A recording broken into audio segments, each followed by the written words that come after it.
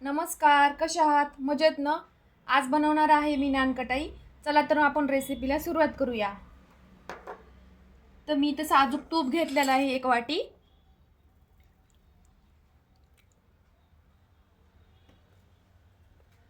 इथे 1 वाटी साखर घेतलेली मी पिठी.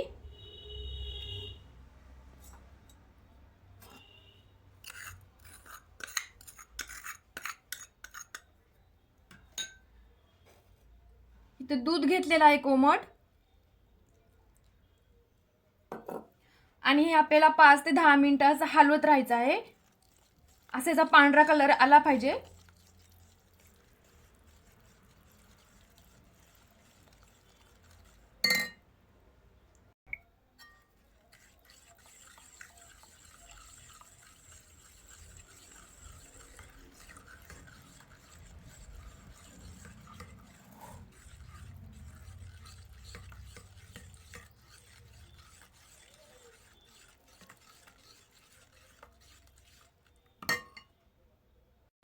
तुम्ही पाहू शकता याचा कलर पांढरा आलेला आहे. आता ह्याच्यामध्ये मी मैदा टाकणार आहे 1.5 वाटी. आणि तुम्ही तुपाच्या ऐवजी तुम्ही वनस्पती किंवा बटर पण टाकू शकता.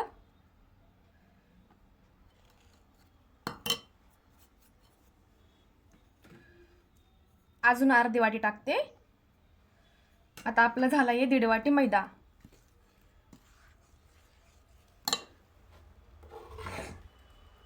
ह्याच्यामध्ये मी बेकिंग सोडा टाकत आहे 1 चमचा. तुम्ही खायचा सोडा पण टाकू शकता.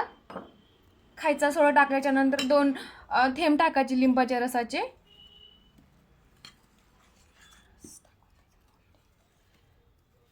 आता आपल्याला हे छान असं हे मळून घ्यायचं आहे.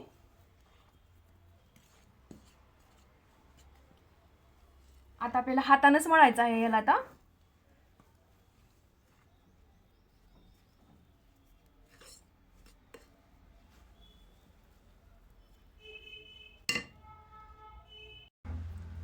आता मी पीठ हे मळून घेतलेलं आहे छान. आता आपण बनवणार आहे. आता आपल्याला गोळे करून घ्यायचे पेड्यासारखे. तर मस्त असापैकी गोल बनवायचा आहे आणि याच्या मध्ये असं करायचं प्रेस. आणि नंतर आपण ह्याला बदाम लावणार आहेत.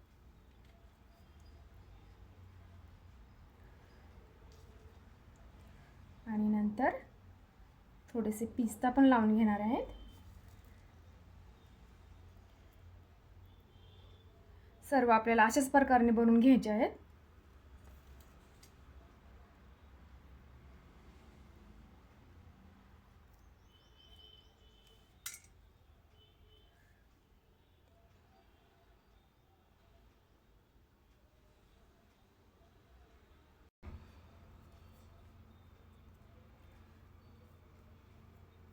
असं मध्ये दाबून घ्यायचं.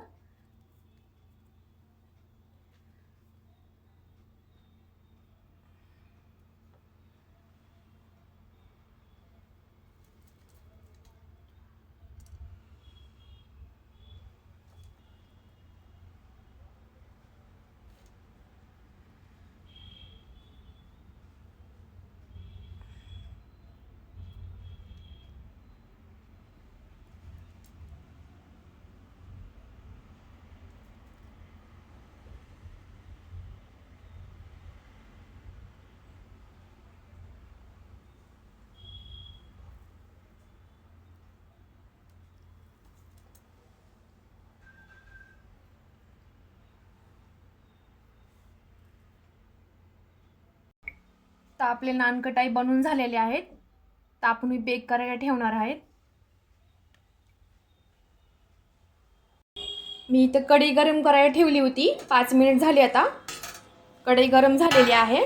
आणि ज्यांच्याकडे ओव्हन नाही ना ते असंच करू शकतात. कढई अगोदरच गरम करून घ्यायची आणि खालती तवा ठेवून द्यायचा आणि वरती कढई ठेवायची. आणि नंतर ह्याच्यामध्ये छानपैकी बेक होतात. तुम्ही पाहू शकता. आता मी कढईमध्ये ठेवून दिलेले आहेत. तर मी 15 ते 20 मिनिटं ह्याला मी बेक करून घेणार आहे वरती झाकून. नानकीट आपले तयार झालेले आहेत आणि तुम्ही पाहू शकता मस्त असे बेक झालेले आहेत. आणि हे आपण चव घेऊन बघणार आहेत. तुम्ही पाहू शकता मस्त छान झालेले आहेत आणि मस्त अशी जाळी पण आलेली आहे. खूप चविष्ट लागतात. तुम्ही पण घरी ट्राय करून पहा आणि नक्की कळवा कमेंटमध्ये. सबस्क्राईब करा, लाईक करा. भेटूया आपण नंतरच्या रेसिपीमध्ये.